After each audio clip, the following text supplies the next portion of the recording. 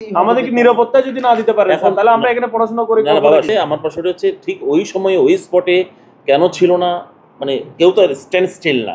আপনারা কেন বাড়াচ্ছেন না স্যার? প্রক্রিয়াল টিমের সংখ্যা কেন বাড়াচ্ছেন না আপনারা? বাড়ানো দরকার।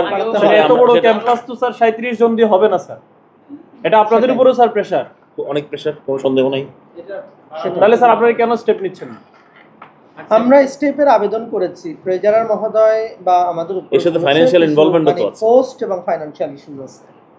আমাদের এটা বহু চেষ্টা, স্যার আমাদের বিশ্ববিদ্যালয়ের যে সামগ্রিক বাজেট তার স্যার 80% তো বেতন দিতেই চলে যায়, আমরা সামগ্রিকভাবে অনেক পিছিয়ে যাচ্ছি স্যার। আপনারা যদি আমাদেরকে নিরাপত্তা যদি না দিতে পারেন তাহলে আমরা এখানে পড়াশোনা করে। না বাবা শোনো, তোমার কনসার্নটার সাথে আমাদের দ্বিমত নাই, কিন্তু আমার প্রশ্নটি হচ্ছে বিশ্ববিদ্যালয়ের নিরাপত্তার জন্য কত পার্সেন্ট বাজেট রাখা হবে, স্যালারির জন্য কত পার্সেন্ট রাখা হবে, রিসার্চ জন্য, এটা তো আমাদের এইটাতে এই বডি ডিসিশনের ব্যাপার না আসলে।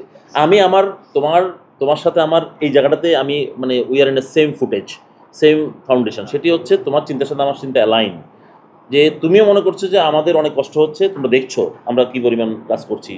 এখন একজন শিক্ষকের আরও তো কাজ আছে। আমরা মধ্যরাতে একটি ঘটনা ঘটছে, সেটার জন্য আমরা তোমাদের কনসার্নটা শোনার জন্য আমরা চলে গিয়েছিলাম, আবার এখানে এসেছি। এখন সবাই মনোযোগ দিয়ে তোমাদের কথা শুনছি, কারণ এটা আমাদেরও দায় আছে। এখন আমরা